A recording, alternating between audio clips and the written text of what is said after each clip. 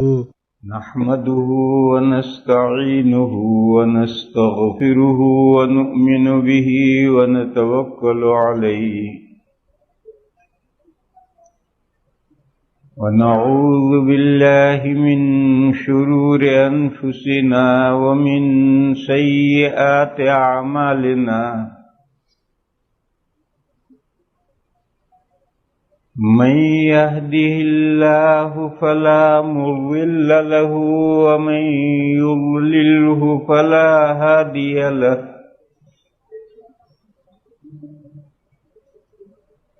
وأشهد أن لا إله إلا الله وحده لا شريك له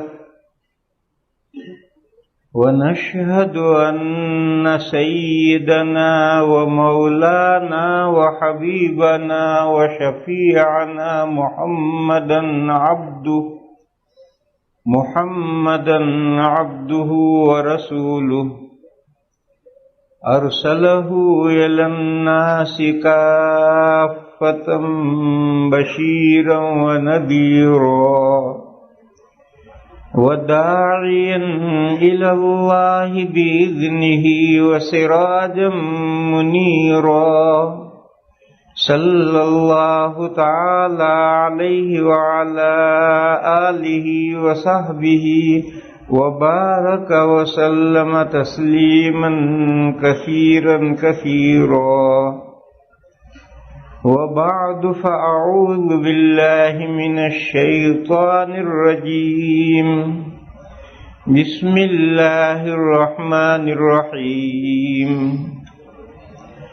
ونضع الموازين القسط ليوم القيامة فلا تظلم نفس شيئا وإن كان مثقال حبة من خردل أتينا بها وكفى بنا حاسبين صدق الله مولانا العظيم.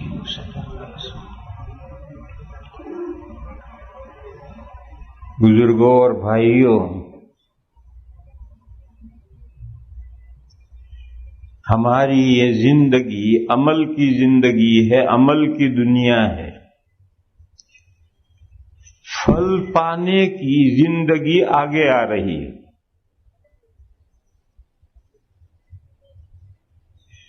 انسان کی زندگیاں تین ہیں.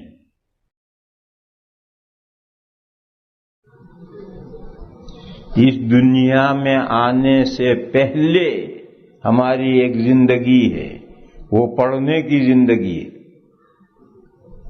پھر یہ دوسری زندگی ہے، پڑھے کے مطابق عمل کرنے کی زندگی ہے.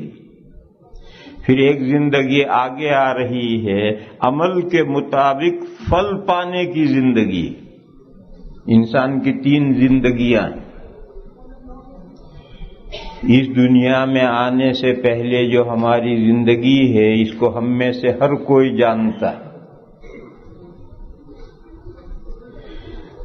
جب اللہ جل شانہ عم نوالہ نے حضرت آدم علیہ السلام کو پیدا کیا ہے، تو اس کے بعد ان کی پیٹھ سے ان کی اچھی بری قیامت تک کی ساری اولاد نکالی گئی ہے. تمام انسان وجود میں لائے گئے ہیں، اور یہ مضمون قرآن کریم میں ہے.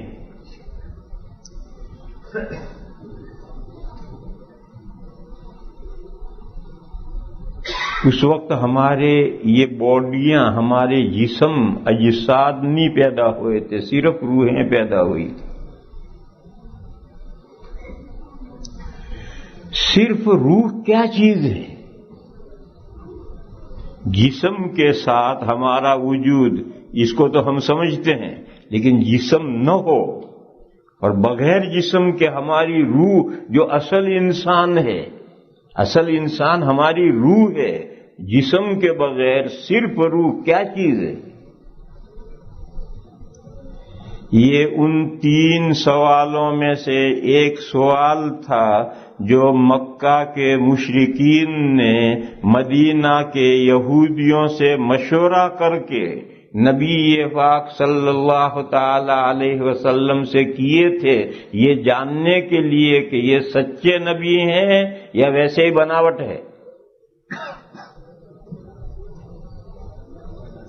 مکے سے باقاعدہ مدینے آدمی بھیجے گئے تھے، مدینہ میں یہودی تھے، ان سے کہا کہ تمہیں اللہ کی کتابوں کا بہت زیادہ علم ہے۔ قرآن تو نازل ہوا ہی نہیں تھا، اور ہوا تھا تو مانتے نہیں تھے، لیکن قرآن سے پہلے جو کتابیں نازل ہوئی تھی ان میں تورات اور انجیل جیسی بھی تھی، بگڑی ہوئی، تحریف کی ہوئی، مگر وہ تھیں اور آج بھی ہیں۔ اور آج بھی تورات و انجیل کا علم عیسائیوں سے زیادہ یہودی رکھتے ہیں۔ آج بھی یہودیوں کے پاس تورات کا علم زیادہ ہے، عیسائیوں کے پاس تو کچھ نہیں رکھا۔ وہ تو صرف ایک مسئلہ جانتے ہیں کہ خدا 3 ہے اور 3 ایک ہیں، بھئی اتنا ہی جانتے ہیں۔ عیسائی تو بس یہی ایک مسئلہ جانتے ہیں کہ خدا 3 ہے اور وہ 3 ایک ہیں۔ اس سے آگے عیسائیوں کے پاس تو ان کی کتابوں کا بھی کچھ علم نہیں۔ لیکن یہودیوں میں آج بھی بڑے بڑے اپنے مذہب کے جاننے والے ہیں اور اسلام کے جاننے والے بھی ہیں۔ اسلام کے جاننے والے بھی یہودیوں میں بڑے بڑے ہیں۔ یورپ اور امریکہ میں جتنی یونیورسٹیاں ہیں ان میں جو اسلامک اسٹڈیز ہے اس کے جتنے پروفیسر ہوں گے 99% یہودی پروفیسر ہوں گے۔ اسلامک اسٹڈیز کے پروفیسر عیسائی یہودی ہوں گے۔ اور جتنے مستشرقین ہیں اورینٹلسٹ کیا کہتے ہیں پتہ نہیں، لفظ بھی کیا ہے اورینٹلسٹ، کیا ہے بولو؟ اورینٹل کہتے ہیں مستشرق، مجھ سے تو یہ لفظ بھی نہیں بولا جاتا۔ اور جن مستشرقین نے اسلام پر اعتراضات میں اتنی کتابیں لکھی ہیں کہ کتب خانہ بھر دیا ہے، وہ سب اسلام کے خلاف کتابیں جو لکھی گئی وہ سب ان یہودیوں کی لکھی ہوئی۔ عیسائی تو کوئی گننے سے کوئی شاید کوئی ملے گا، باقی وہ سب یہودیوں کی لکھی ہوئی۔ اور کسی مذہب کے خلاف کتاب لکھنا جب تک اس مذہب کی پوری واقفیت نہ ہو نہیں لکھ سکتا آدمی۔ تو اسلام کے بارے میں بھی ان یہودیوں کے پاس بہت زیادہ علم ہے۔ تو مکہ والوں نے ان یہودیوں کے پاس ایک بات اور یاد آئی، حدیث شریف کا ایک انڈیکس تیار کیا ہے ایک یہودی نے جس کا نام ہے وینسک، EI کچھ شروع میں لگتا ہے، پتہ نہیں کیا EI ہے، اس کا نام وینسک یہودی ہے۔ اس نے حدیث شریف کا انڈیکس تیار کیا ہے، اس کا نام رکھا ہے اس نے المعجم المفارس لالفاظ الحدیث الشریف، اور حدیث کی 14 کتابوں کا انڈیکس اس نے تیار کیا ہے۔ آج کوئی دارالعلوم ایسا نہیں ہے جس میں یہ کتاب سے فائدہ نہ اٹھایا جاتا، اور وہ یہودی ہے۔ اور اس نے لکھا ہے کہ مسند احمد ایک بڑی کتاب ہے امام احمد کی لکھی ہوئی، اس نے لکھا ہے کہ میں نے مسند احمد 14 مرتبہ پڑھی ہے پوری۔ آج دنیا میں کوئی شیخ الحدیث تم ایسا نہیں لا سکتے جو یہ کہے کہ میں نے مسند احمد 1 مرتبہ پوری پڑھی ہے۔ ایسا شیخ الحدیث لانا مشکل ہے، وہ نالائق کہتا ہے میں نے 14 مرتبہ پوری پڑھی ہے۔ کیوں؟ اسے انڈیکس بنانا ہے، انڈیکس بنانے کے لیے بار بار پڑھنا پڑے گا۔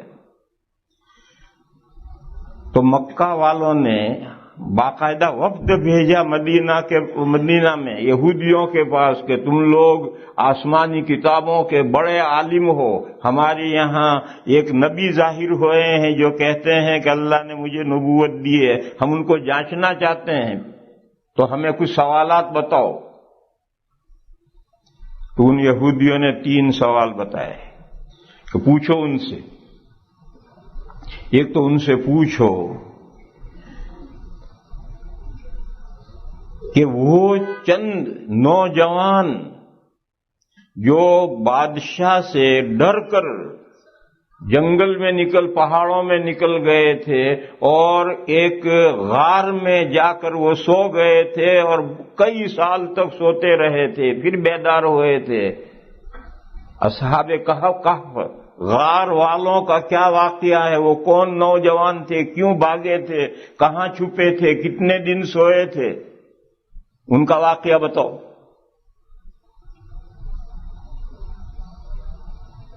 آج تو یہ واقعہ عام ہو گیا ہے، قرآن نے جب سے نازل کیا واقعہ عام ہو گیا ہے، اور انسائکلوپیڈیا اور کیا ہے، لا حول ولا قوت، لفظ بھی نہیں بولا جاتا کیا، برٹانیکا انسائکلوپیڈیا اور برٹانیکا میں یہ باقاعدہ ہیڈنگ ہے 7 سلیپرز، اور پورا واقعہ وہاں ہے۔ لیکن اس وقت جب انہوں نے سوال کیا تھا اس واقعے کو یہودیوں کے علاوہ کوئی نہیں جانتا۔ دوسرا سوال انہوں نے کیا کہ ایک بادشاہ گزرا ہے جو مشرق میں، ایسٹ میں جہاں تک آبادی تھی وہاں تک گیا ہے، اور ویسٹ میں جہاں تک آبادی تھی وہاں تک گیا تھا۔ اس وقت جہاں تک آبادی تھی ساری زمین تو بھری نہیں تھی، تو ایسٹ میں جہاں تک آبادی تھی وہاں تک گیا تھا، اور ویسٹ میں جہاں تک آبادی تھی وہاں گیا تھا۔ آج تو بہت آسان ہے، 24 گھنٹے میں پوری زمین کا راؤنڈ لے لیجیے، لیکن اس وقت اتنا آسان نہیں تھا اتنی دور تک سفر کر کے جانا۔ اس کا کیا واقعہ؟ وہ کون بادشاہ ہے؟ وہی ذوالقرنین۔ ذوالقرنین کا لفظی ترجمہ ہے 2 سینگ والا۔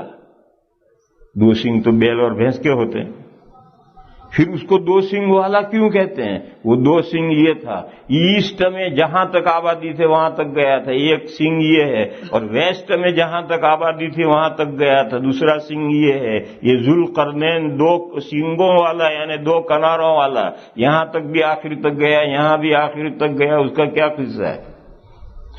کوئی اس بادشاہ کے سینگ نہیں تھے، وہ کوئی بھینس اور بیل تھوڑا ہی تھا جو 2 سینگ ہوں گے اس کے، یا کوئی سنگھاڑا تھوڑا ہی تھا جو اس کے سینگ ہو۔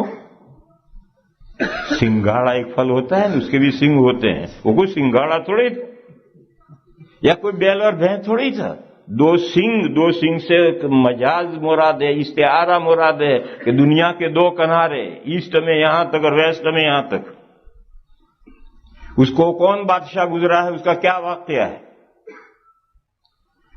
اور تیسرا سوال یہ بتایا تھا کہ روح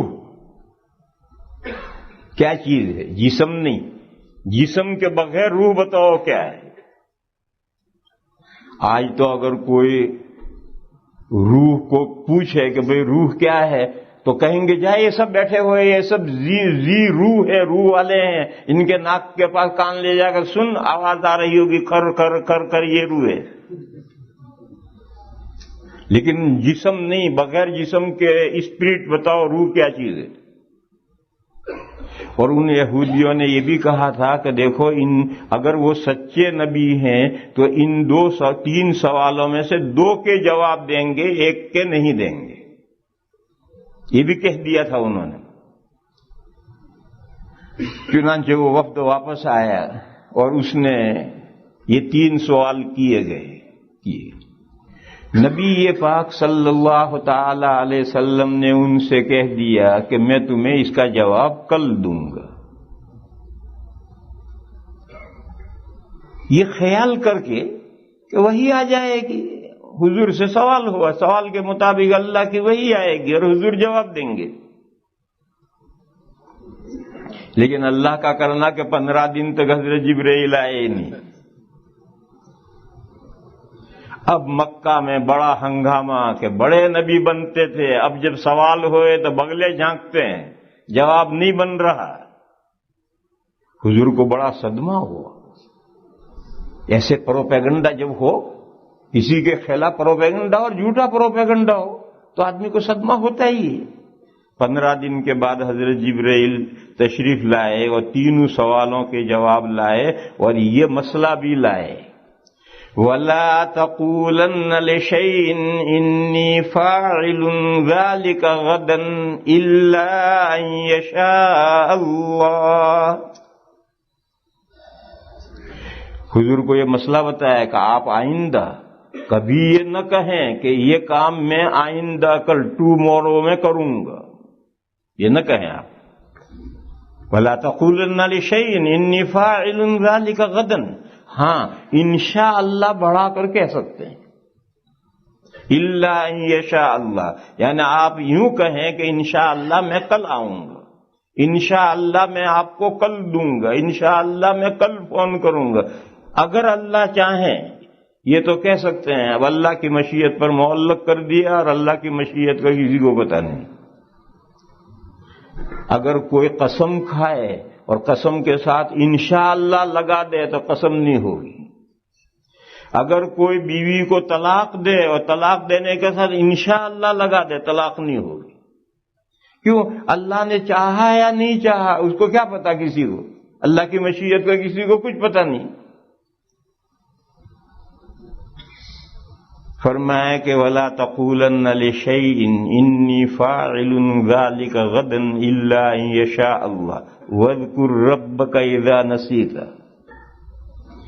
اور یاد کریں آپ اپنے پروردگار کو جب اس کو بھول جائیں. یعنی کبھی ایک بات کہی اور انشاءاللہ کہنا یاد نہیں رہا، بھول گئے، تو جب یاد آئے انشاءاللہ کہہ لو.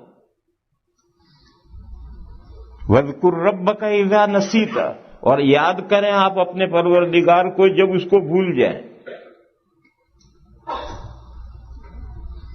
وَقُلْ عَسَىٰ أَن يَهْدِيَنِ رَبِّي لِأَقْرَبَ مِنْ هَٰذَا رَشَدًا.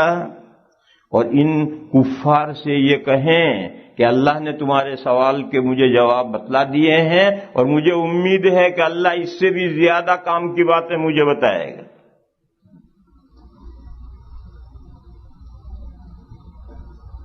چنانچہ سورہ کہف میں غار والوں کا واقعہ ذکر کیا 2-2.5 رکوع میں، اور پورا تفصیلی واقعہ بتایا. اور اسی سورت کے ختم پر ذوالقرنین کا واقعہ بھی بیان کیا جو آج قرآن کریم میں پڑھا گیا. اور روح کے بارے میں اس سے پہلے والی سورت بنی اسرائیل میں آیت نازل کی وَيَسْأَلُونَكَ عَنِ الرُّوحِ. لوگ آپ سے روح کے بارے میں پوچھتے ہیں. روح صرف انسان کی روح نہیں، بس روح، کوئی بھی روح، کسی بھی حیوان کی روح، جسم نہیں، جسم کے بغیر کسی بھی حیوان کی روح. دیکھو ہمارے جسم کے ساتھ تو ہماری روح موجود ہے، نہیں جسم کے بغیر بھی روح موجود ہے. اور ہر حیوان کی روح جب سے پیدا کی گئی ہے وہ بدن کے ساتھ جڑنے سے پہلے سے وہ روح موجود ہے. تو لوگ آپ سے روح کے بارے میں پوچھتے ہیں وَيَسْأَلُونَكَ عَنِ الرُّوحِ قُلْ الرُّوحُ مِنْ أَمْرِ رَبِّي. آپ جواب دیجئے روح میرے پروردگار کے حکم سے ایک چیز ہے.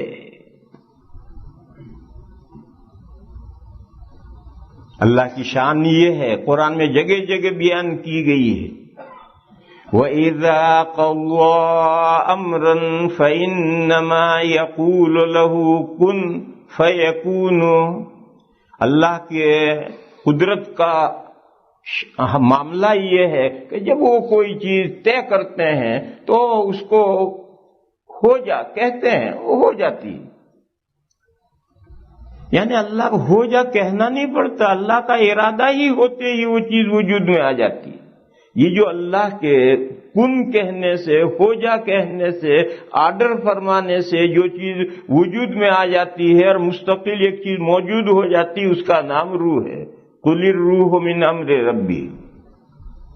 اور ذرا کھول کر سمجھاؤ فرمایا وما اوتیتم من العلم الا قلیلا، اور نہیں دیے گئے ہو تم علم میں سے مگر ذرا سا۔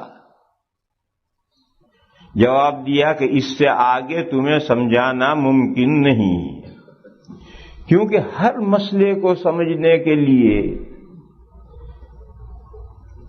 لیول آف نالج چاہیے، ایک مستوی علم کا چاہیے، ایک معیار ذہن کا چاہیے۔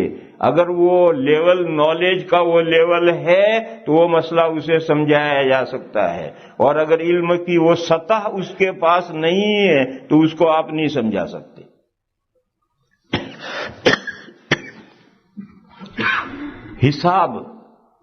حساب کے بڑے باریک باریک گہرے مسئلے ہیں، اور یونیورسٹی میں جو پروفیسر طالب علموں کو حساب پڑھاتا ہے وہ سارے مسئلے سمجھاتا ہے، لیکن ایک کندے نا تراش کو وہ مسئلہ سمجھانا ہو تو بڑا مشکل ہے، نہیں سمجھایا جا سکتا۔ تو مسئلہ تو سمجھانے کے قابل ہے، یونیورسٹی میں کلاس میں پروفیسر سمجھاتا ہے مگر اس کو نہیں سمجھایا جا سکتا، اس کے دماغ میں وہ لیول نہیں ہے علم کا، نالج کا، کہ وہ مسئلے کو سمجھ سکے۔ سائنس کی بہت سی حقیقتیں ہیں، جو سائنس کی تعلیم جہاں دی جاتی ہے وہ ساری کھول کر سمجھائی جاتی ہیں طالب علموں کو، لیکن ایک ہل چلانے والے کو وہ حقیقت سمجھانا بیٹھے تو کیسے سمجھا دیں گے؟ تو کوئی بھی مسئلہ ہو اس کو سمجھنے کے لیے ایک سطح، علم کی ایک سطح چاہیے، اس سطح پر اگر ہے، اس کی مثال لو۔ کسی بھی چیز کو دیکھنے کے لیے آنکھ میں قدرت چاہیے، اگر آنکھ میں قدرت ہے آپ دیکھ سکیں گے، اور قدرت نہیں ہے تو نہیں دیکھ سکیں گے۔ وہ جو چیز ہے وہ مرئی ہے، دیکھنے کے قابل ہے، مگر میری آنکھ میں طاقت ہوگی جبھی تو میں دیکھوں گا۔ یہ پنکھے ہل چل رہے ہیں، میری آنکھ اسے دیکھ رہی ہے کیونکہ میری آنکھ میں اسے طاقت ہے، مگر اس پورے حال میں ہوا بھری ہوئی ہے، اور اس بھری ہوئی ہوا کو یہ پنکھڑیاں ہلاتی ہیں، وہ ہوا تو مجھے نظر نہیں آتی۔ تو کوئی ہوا تو مرئی ہے، وہ تو دکھنے والی چیز ہے، مگر مجھے اس لیے نہیں دکھتی کہ میرے آنکھ میں اس کو دیکھنے کی طاقت نہیں۔ دیکھو میرے بھائیو، اس مسئلے کو سمجھو۔ 3 مخلوقات اس زمین پر ایک ساتھ بسی ہوئی ہیں، ہماری اس زمین پر اس وقت 3 مخلوقات ایک ساتھ بسی ہوئی ہیں، ہم انسان، جنات اور فرشتے ملائکہ۔ ایک فرشتے آسمانوں کے ہیں، ایک فرشتے زمینوں کے ہیں۔ اور وہ مسئلہ میں نے بتلایا تھا کہ اللہ کا حکم آیا تھا آدم علیہ السلام کے پیدا ہونے کے بعد کہ ان کو سجدہ کرو، یعنی سرنڈر ہو۔ وہ زمینی مخلوقات کو حکم تھا، اور زمینی مخلوقات میں جو فرشتے تھے ان کو حکم تھا سرنڈر ہو۔ جنات کو بھی حکم تھا، انسان تو ہے ہی نہیں، اب پہلا انسان وجود میں آیا ہے۔ ان 3 مخلوقات میں سب سے زیادہ کثیف ہم ہیں۔ کثیف مانے تھک، THIK، تھک دبا موٹاپا، تھک کثیف ہم ہیں۔ ہم سے ہمارے بعد جنات ہیں، ہم سے لطیف ہیں، مگر وہ بھی کثیف ہیں، اور جنات سے زیادہ لطیف زمینی فرشتے ہیں۔ اور یہ چاروں مخلوقات، آگ پانی ہوا اور مٹی، یہ تینوں مخلوقات آگ پانی ہوا اور مٹی سے بنی۔ آگ پانی ہوا اور مٹی ہے، ہم بنے ہیں، اور مٹی غالب ہے، اور مٹی تھک ہے تو ہم اس میں دبیز ہیں۔ اور جنات جو ہیں یہ بھی آگ پانی ہوا مٹی سے بنے ہیں، مگر آگ غالب ہے اور آگ مٹی سے لطیف ہے، لہذا جنات ہم سے لطیف ہیں۔ اور زمینی فرشتے جو ہیں آگ پانی ہوا مٹی، ان چاروں کے مل کر اس میں سے ایک اسٹیم پیدا ہوتی ہے، اس اسٹیم سے زمینی فرشتے بنائے گئے۔ تو جب چاروں الگ ہوئے اس میں سے اسٹیم تو وہ اور لطیف ہوئے۔ اصل جو مسئلہ سمجھانا وہ سمجھو، ہمیں نہ جنات نظر آتے ہیں نہ فرشتے نظر آتے ہیں۔ یہاں ہیں فرشتے، ہمیں نظر نہیں آتے، یہاں ہیں جنات، ہمیں نظر نہیں آتے۔ اور جنات کو ہم نظر آتے ہیں مگر ان کو فرشتے نظر نہیں آتے.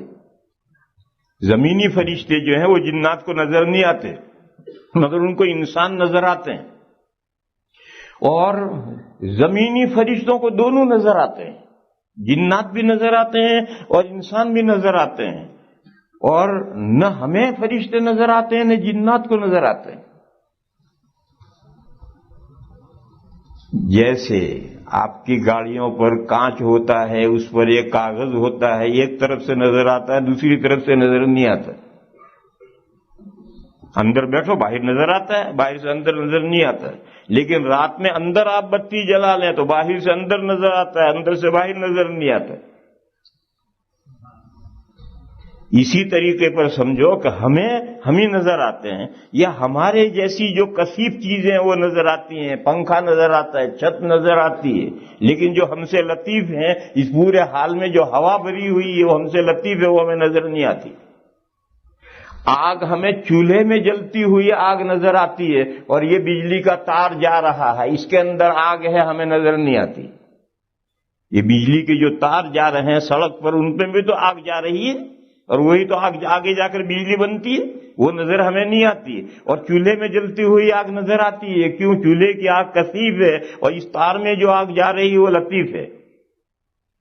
یہ اتنی ساری مثالیں یہ سمجھنے کے لیے کافی ہیں کہ جو کثیف ہے اس کو لطیف نظر نہیں آئے گا، اور جو لطیف ہے اسے کثیف نظر آئے گا.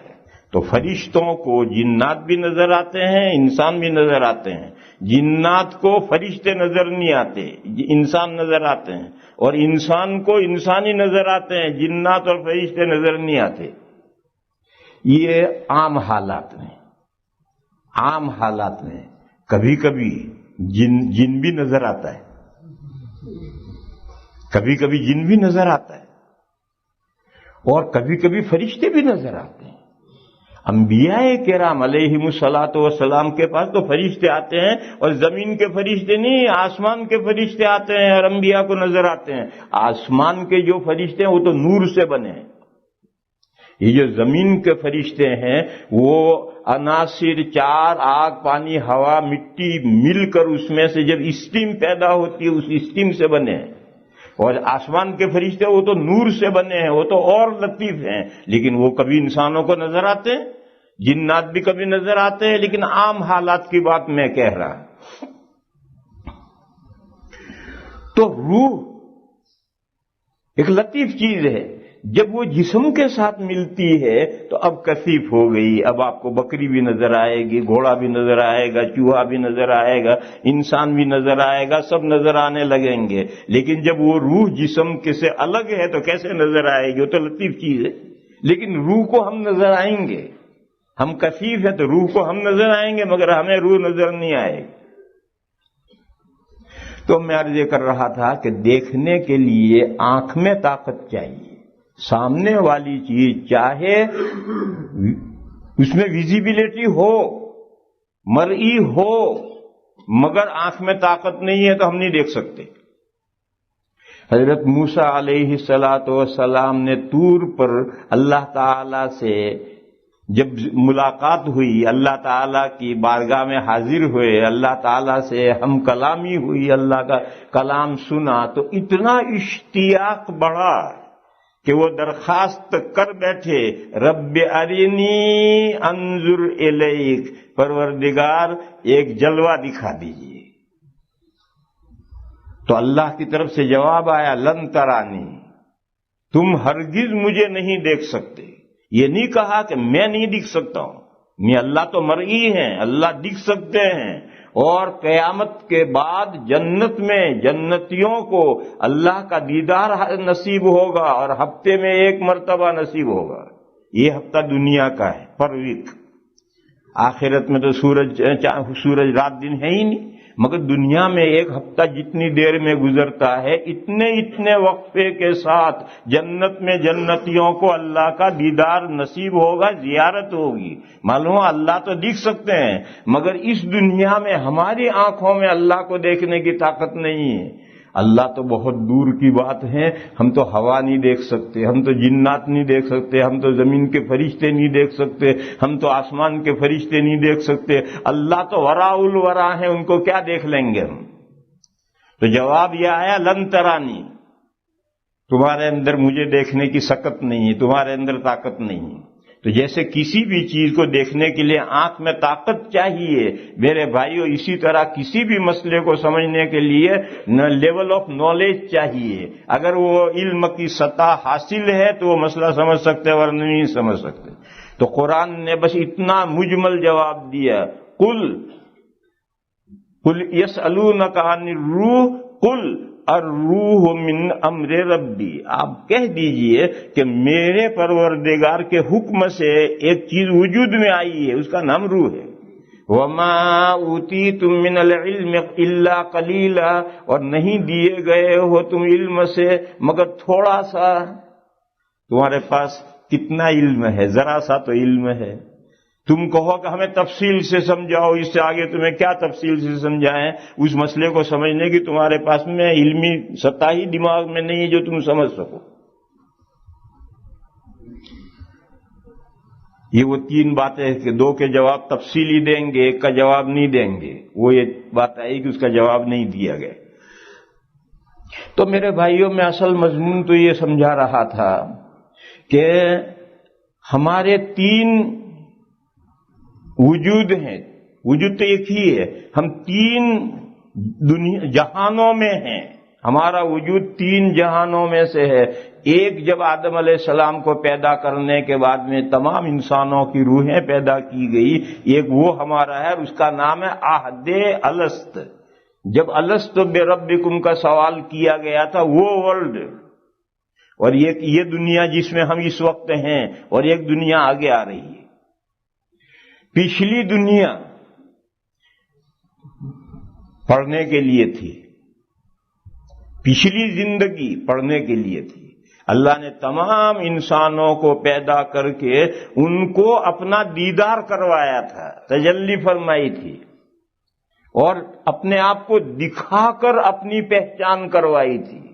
اور کوئی چیز دکھا دی جائے تو یہ علم تو سب سے زیادہ قوی علم ہوتا ہے۔ چنانچہ جب سوال کیا گیا الست بربکم، کیا میں تمہارا پروردگار نہیں ہوں، تو سب نے بیک زبان کہا تھا بھلا کیوں نہیں۔ جو چیز آنکھوں سے دیکھ لی ہے اس کا کیسے انکار کرے گا؟ رب کو پہچان لیا سب نے۔ اس دنیا میں اللہ اپنی تجلی فرمائے اور تجلی فرما کر کے اپنی پہچان کرائے، یہاں ممکن نہیں۔ یہاں انسان جو جسم کی دو آنکھیں ہیں، ان دو آنکھوں سے اللہ کو نہیں دیکھ سکتا۔ حضرت موسیٰ علیہ السلام سے اللہ نے یہی فرمایا تھا۔ لیکن عہد الست میں جو اللہ کو دیکھا تھا تو روح کی آنکھوں نے دیکھا تھا، اور روح کی آنکھیں آج بھی اللہ کو پہچان سکتی ہیں۔ ہماری روح کی جو آنکھیں ہیں وہ آج بھی اللہ کی معرفت حاصل کر سکتے ہیں، اللہ کی پہچان سے کر سکتے ہیں۔ یہ سب بندے بیٹھے ہیں، یہ سب اللہ کو پہچانتے ہیں، اور سب ایسا پہچانتے ہیں جیسا جسم کی آنکھوں سے دیکھ کر ہم کوئی چیز پہچانتے ہیں اور اس کا یقین ہوتا ہے، اس سے زیادہ یقین ہمیں اللہ تعالیٰ کا ہے۔ کیوں؟ ہم اللہ تعالیٰ کو اپنی روح کی آنکھوں سے دیکھتے ہیں اور پہچانتے ہیں۔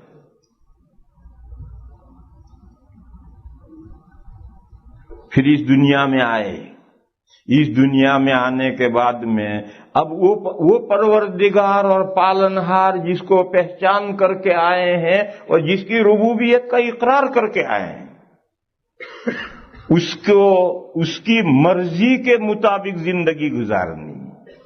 یہ دنیا جس میں ہم اس وقت ہیں یہ عمل کی دنیا ہے، اس میں اللہ کو جو پہچان کر کے آئے ہیں تو اس کے مطابق زندگی گزارنی۔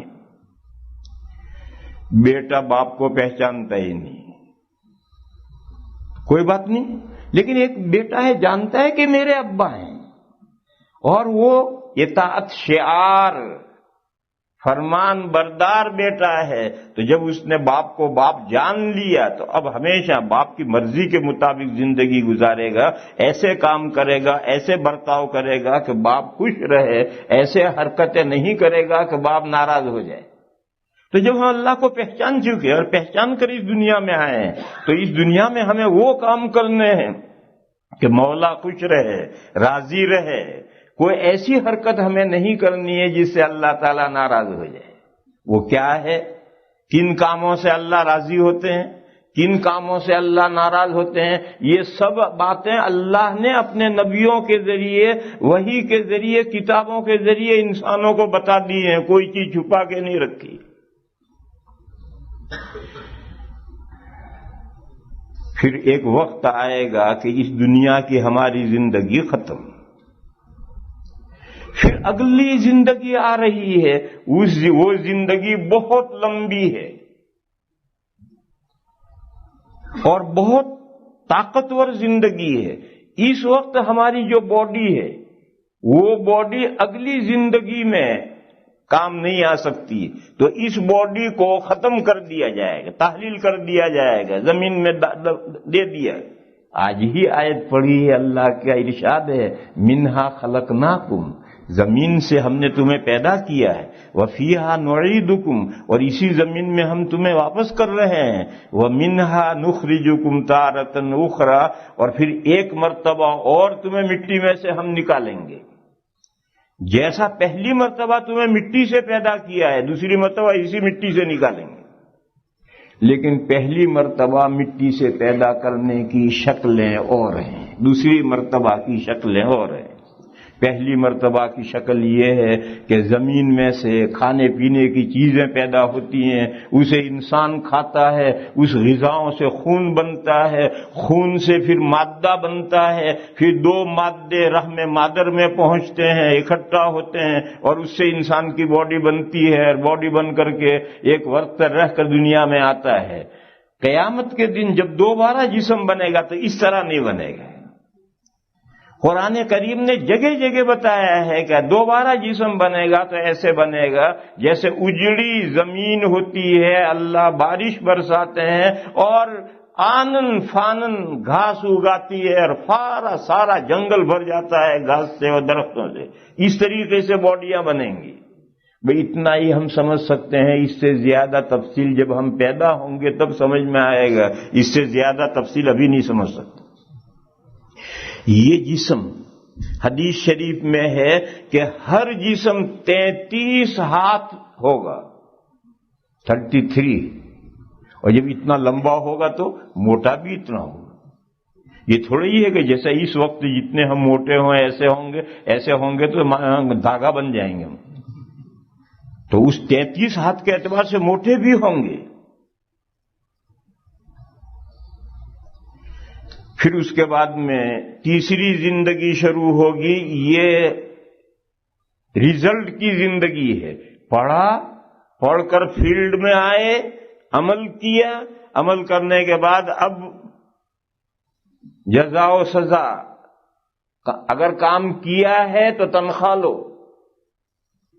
اور اگر بیٹھے بیٹھے سگریٹ پیتے رہے ہو، حقہ پیتے رہے ہو تو اب مرغا بنو. یہ آیت پاک جو ابھی ہمارے حافظ صاحبان نے پڑھی ہے، اس آیت میں یہ ہے وَنَضَعُ الْمَوَازِينَ الْقِسْطَ لِيَوْمِ الْقِيَامَةِ، قیامت کے دن ہم انصاف کی ترازویں کھڑی کریں گے. یہ انصاف کی ترازو ہے، یہ دھرم کانٹا نہیں ہے. دھرم کانٹا جانتے ہو؟ آپ کے یہاں تو پتہ نہیں کیا کہتے ہوں گے، ہمارے یہاں روڈ پر ٹرک وغیرہ تولنے کے لیے کانٹا لگا ہوا ہوتا ہے، اس کو دھرم کانٹا کہتے ہیں. ساری بدماشیاں وہاں ہوتی، اس دھرم کانٹے میں ساری بدماشیاں ہوتی. آپ کے یہاں بھی سڑکوں پر ہوگا، کچھ کیا کہتے ہوں گے مجھے نہیں معلوم، اور گڑبڑ بدماشیاں ہوتی یا نہیں ہوتی ہیں یہاں یہ مجھے نہیں معلوم. میں اپنے یہاں کی دھرم کانٹوں کی بات کہہ رہا ہوں. تو وہ اللہ کا دھرم کانٹا ہے، اس میں کوئی گڑبڑ کا کوئی سوال ہی نہیں، اور انصاف کی ترازویں ہوں گی، اور انسان کا ہر عمل، اچھا عمل بھی اور برا عمل بھی وہاں تولا جائے گا.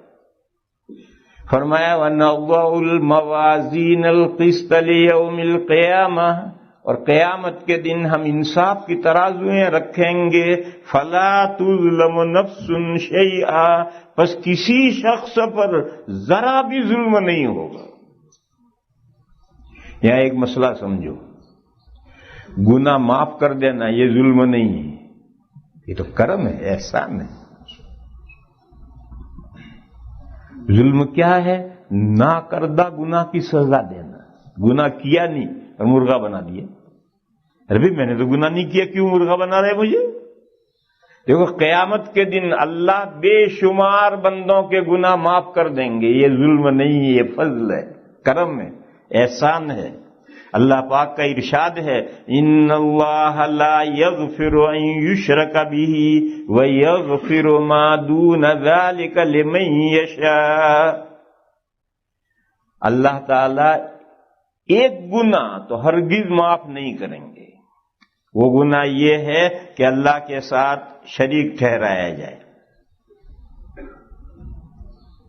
اس ایک گناہ کے علاوہ جتنے گناہ ہیں جس کے لیے اللہ کو منظور ہوگا اللہ معاف کر دیں گے۔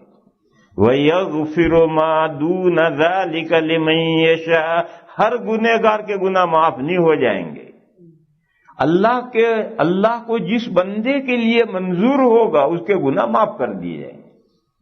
مجھے تو یہ سمجھانا ہے کہ گناہ کو معاف کر دینا یہ ظلم نہیں، یہ تو فضل و کرم ہے، اور اللہ کا فضل و کرم بے حساب ہوگا۔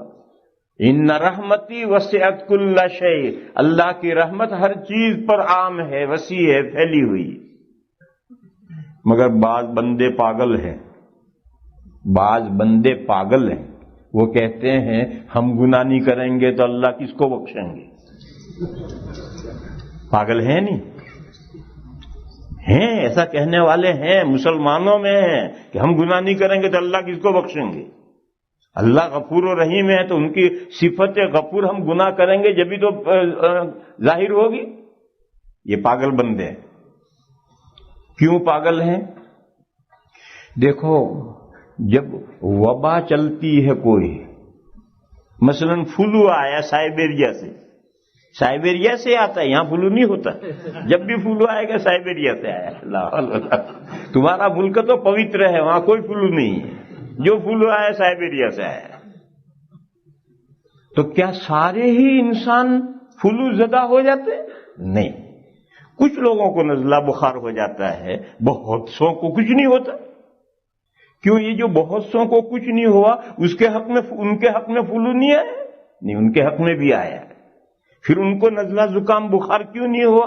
اندر ڈیفینس کی طاقت بڑھی ہوئی ہے، انسان کے اندر ایک ڈیفینس کی طاقت ہے، اس نے اس وبا کو فلو کو دھکا دے کر نہیں اندر گھسنے دیا، اور جس کے اندر ڈیفینس کی طاقت کمزور ہے اس پر اس کا انفلوئنس پڑ جائے گا اور وہ متاثر ہو کر نزلہ زکام بخار ہو جائے گا۔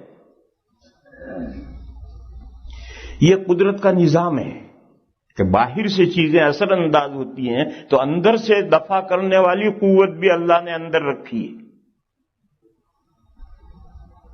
یہ کیسی، اس کی مثال دے کے سمجھاؤ۔ دیکھو مثال دو، ایک بوری گیہوں سے بھرو بالکل ٹائٹ، ذرا بھی جگہ نہ رہے، ایسی 10 بوریاں بھرو، اور ایک بوری رکھو، دوسری رکھو، تیسری رکھو، 10 بوریاں رکھو، کوئی بوری پچکے گی نہیں۔ جو سب سے نیچے بوری ہے اس کے اوپر 9 کوئنٹل آ گئے پھر بھی پچکتی کیوں نہیں ہے؟ اندر بھری ہوئی ہے، اندر مدافعت کی طاقت ہے۔ اور ایک بوری آدھی بھرو اور اس سے ان 10 بوریوں کے بیچ میں رکھو، پچک کر یوں ہو جائے گی۔ کیوں؟ اوپر کا ویٹ اس کے اوپر آیا تو وہ پچک گئی، اندر مدافعت کی طاقت نہیں۔ یہ مثال ہے سمجھنے کے لیے۔ تو ہمارے اندر اگر مدافعت کی ڈیفینس کی پاور بھرا ہوا ہے تو باہر کا فلو جو ہے وہ ہمیں اثر انداز نہیں ہوگا، اور اگر اندر ڈیفینس کی طاقت کمزور ہے تو وہ اثر انداز ہو جائے گا، بخار نزلہ زکام ہو جائے گا۔ تو کیا اس اعتماد پر کوئی زہر کھاتا ہے کہ میری ڈیفینس کی قوت پاور جو ہے وہ زہر کو دور کر دے گا؟ لاؤ زہر میں کھاتا ہوں، کوئی پاگل نہیں کھاتا۔ ہر آدمی یہ سوچتا ہے اللہ جانے میری ڈیفینس کی طاقت کام کرے یا نہ کرے، میں مر جاؤں۔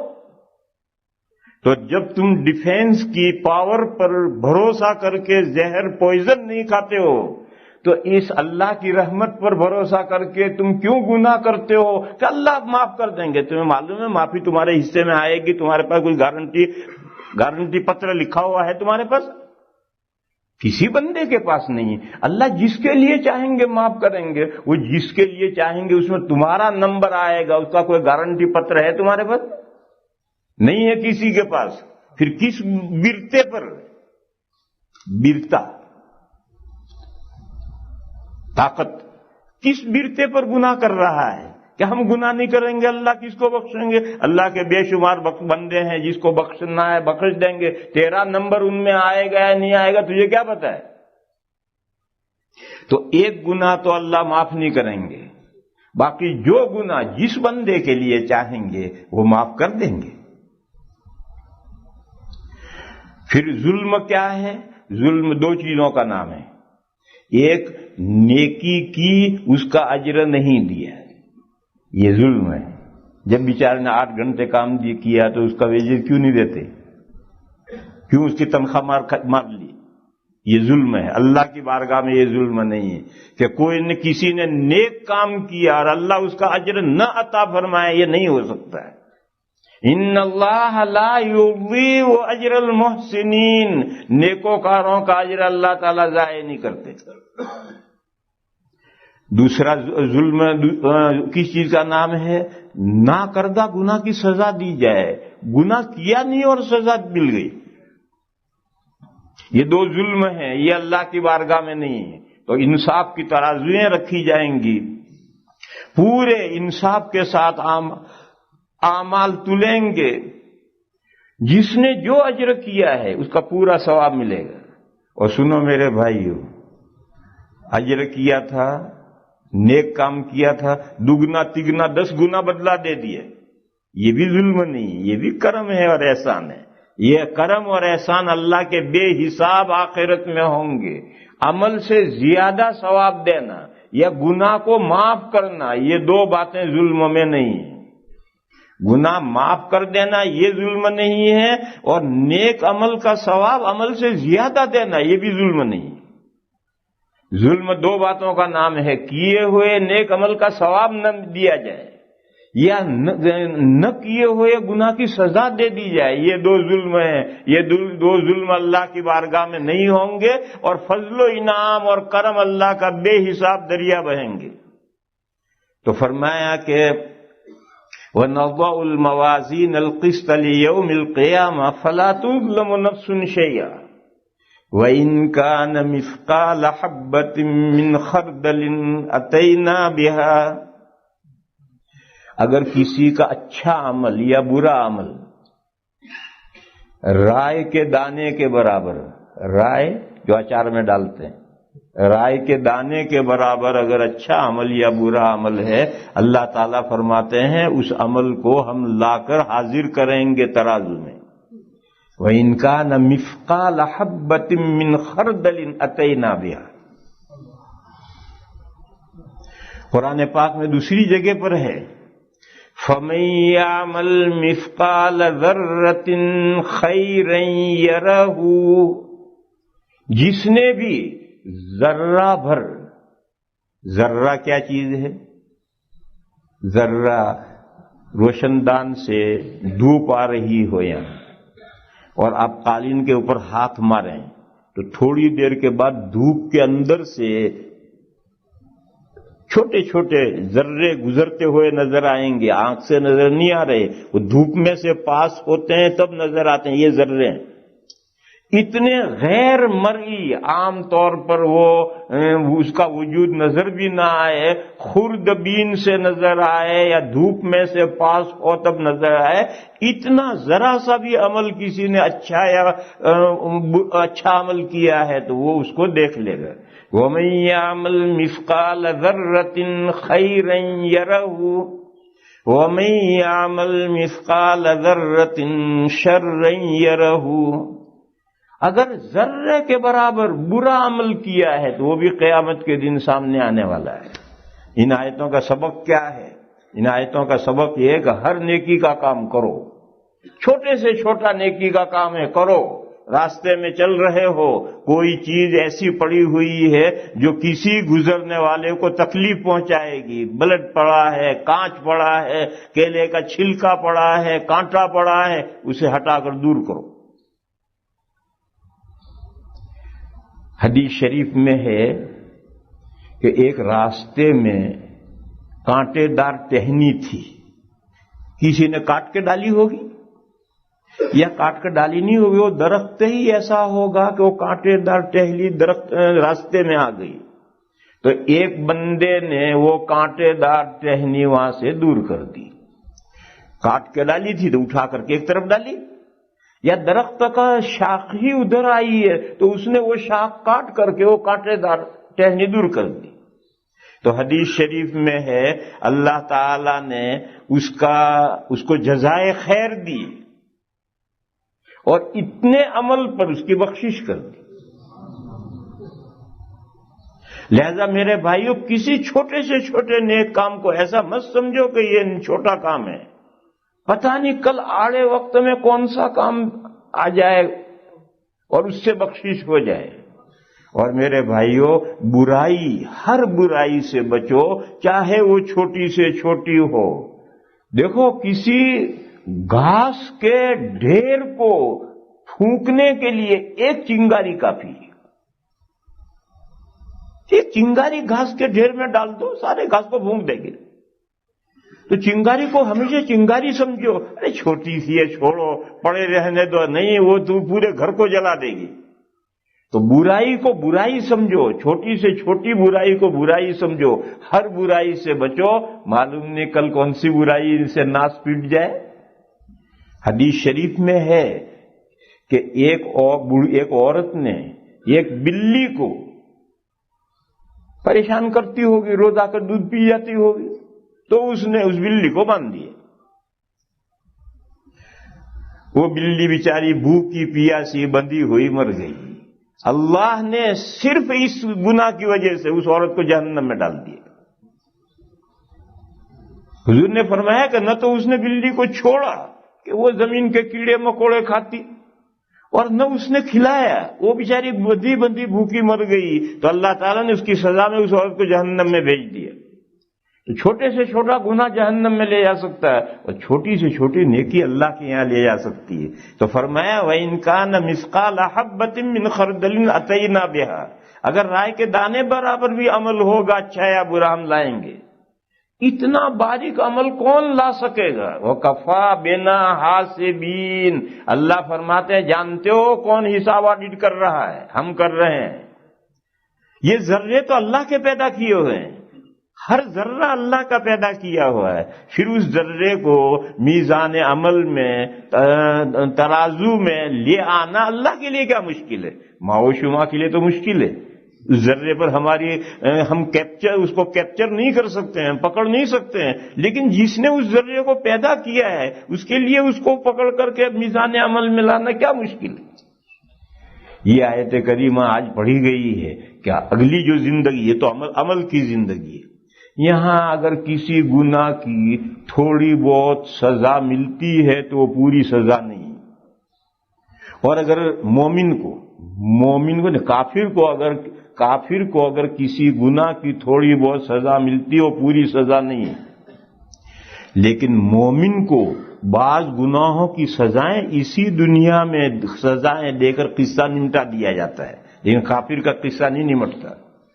اور نیکی کا اگر کسی نیکی کی تھوڑی بہت ثواب دے دیا جائے تو وہ دیکھ کے چند چاول چکھا دیے جاتے ہیں، نیکی کا اجر اگلی زندگی میں ہے، جب یہ زندگی آف ہو کر دوسری زندگی شروع ہوگی اور ترازو انصاف کی ترازو کھڑی کی جائے گی، اور اس کے بعد جو فیصلے ہوں گے، دو ہی گھر ہیں، جنت اور جہنم۔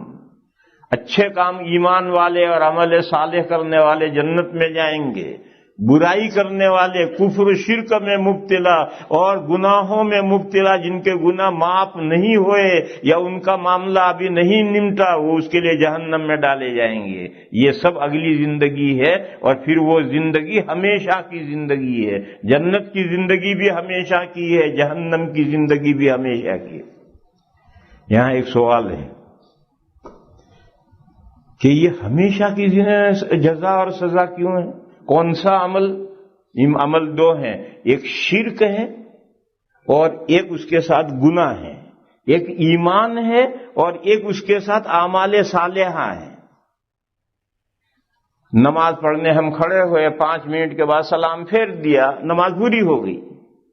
زکوٰۃ ہم نے دے دی، مال میں سے نکال کر دے دیا، عمل ختم ہوا۔ صبح سے روزہ رکھا، شام کو افطار کر لیا، روزہ ختم ہوا۔ عمل کنٹینیوس کوئی نہیں چلتا، لیکن ایمان کنٹینیوس رہتا ہے۔ ایک لمحے بھی ایمان ہمارے اندر سے ختم ہوا، بیڑا غرق۔ میرے بھائیو، اسی طرح گناہ کنٹینیوس نہیں ہے، لیکن کفر و شرک کنٹینیوس ہے۔ جنت در حقیقت ایمان کا صلہ ہے، اور جہنم در حقیقت کفر و شرک کا صلہ ہے۔ اور ایمان کنٹینیوس ہے تو جنت بھی صلہ کنٹینیوس ہے، اور کفر و شرک کنٹینیوس ہے تو جہنم بھی کنٹینیوس ہے۔ اصل یہ صلہ جو جنت ہے وہ ایمان کا ہے۔ چنانچہ وہ مومنین جو گناہوں کی وجہ سے جہنم میں ڈالے جائیں گے، وہ ہمیشہ جہنم میں نہیں رہیں گے، کیونکہ نیک عمل بھی کنٹینیوس نہیں ہے اور گناہ بھی کنٹینیوس نہیں ہے۔ جتنا گناہ اتنی سزا پانے کے بعد پھر وہ جنت میں آئیں گے، کیونکہ ان میں ایمان ہے اور ایمان کنٹینیوس ہے۔ لہذا اس بات کو ذہن میں صاف کرو۔ اس ملک میں بہت سے لوگوں کے ذہنوں میں خلجان رہتا ہے، تو اس مسئلے کو صاف رہو کہ ایمان در حقیقت صلہ، استغفر اللہ، جنت در حقیقت صلہ ایمان کا ہے، عمل کا نہیں۔ دیکھو، ایک آدمی نے ایمان قبول کیا، سچا پکا ایمان، ایک نماز نہیں پڑھی، ایک روزہ نہیں رکھا، اور فوراً موت آ گئی اور مر گیا، ہمیشہ کے لیے جنت میں، کوئی عمل نہیں کیا۔ حدیث شریف میں ہے کہ اللہ تعالیٰ اس بندے کو بڑا ہی پسند کرتے ہیں کہ جو بیڑیوں میں جکڑا ہوا جنت میں چلا جاتا ہے۔ بیڑیوں میں جکڑا ہوا کیسے جنت میں گیا؟ وار میں مسلمانوں نے ایک کافر کو قید کیا، وہ مسلمانوں کے قبضے میں آیا، اسلامی سوسائٹی دیکھی، اللہ نے اس کے سینے کو کھول دیا، ایمان لایا، ایمان لانے کے بعد فوراً ہی ان کا انتقال ہو گیا، کوئی عمل نہیں کیا، اور ہمیشہ کے لیے جنت میں جائے گا۔ اس مثال سے معلوم ہوا کہ جنت صلہ در حقیقت ایمان کا ہے، اور جہنم، ابدی جہنم بھی صلہ در حقیقت کفر و شرک کا ہے، اور ایمان کنٹینیوس ہے، کفر و شرک کنٹینیوس ہے، اور گناہ کنٹینیوس نہیں ہے۔ اس لیے مومن جو گنہگار ہے